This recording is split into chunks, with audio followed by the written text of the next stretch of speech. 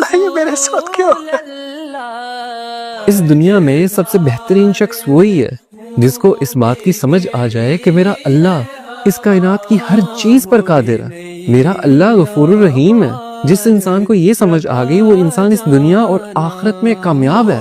ایک دفعہ آپ صلی اللہ علیہ وسلم کی محفل میں ایک بدو آ گیا۔ اس زمانے میں بدو ان لوگوں کو کہا جاتا تھا جو جاہل تھے۔ جب وہ شخص آپ صلی اللہ علیہ وسلم کی محفل میں آیا تو اس نے پوچھا کہ آپ صلی اللہ علیہ وسلم آخرت میں حساب کتاب کون کرے گا؟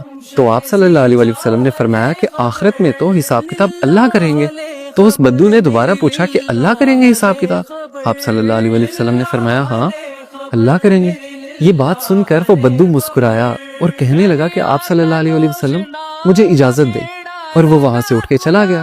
اب کچھ صحابہ جو اس محفل میں بیٹھے ہوئے تھے ان کو اس بات کی سمجھ نہیں آئی۔ وہ اٹھے اور انہوں نے اس بدو کا پیچھا کیا اور اس سے جا کے پوچھا تم آپ صلی اللہ علیہ وسلم کی محفل میں آئے ہو، تم نے سوال کیا ہے کہ آخرت میں حساب کتاب کون کرے گا؟ آپ صلی اللہ علیہ وسلم نے تمہیں جواب دیا کہ اللہ کریں گے، تم مسکرا کے اٹھ کے کیوں آ گئے ہو؟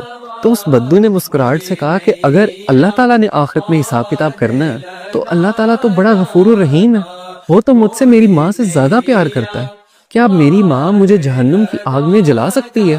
جب میری ماں نہیں جلا سکتی تو وہ رحیم و کریم میرا مالک میرا اللہ مجھے کیسے جہنم کی آگ میں پھینک سکتا ہے؟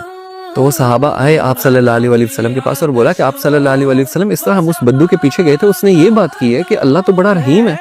تو آپ صلی اللہ علیہ وسلم نے فرمایا کہ اگر اسے اللہ کی رحیمی پہ اتنا یقین ہے نا تو اللہ کبھی اس کو اپنی رحیمی سے مایوس کر نہیں سکتا، کیونکہ اللہ اپنے بندوں کے لیے بالکل ویسا ہے جیسا اس کا بندہ اس کے لیے گمان کرتا ہے۔ اگر اس کے بندے کو یہ یقین ہے کہ وہ بڑا رحیم ہے تو اللہ تعالیٰ اس کے لیے رحیم ہی ہے، اللہ تعالیٰ اس کو معاف ہی کرے گا۔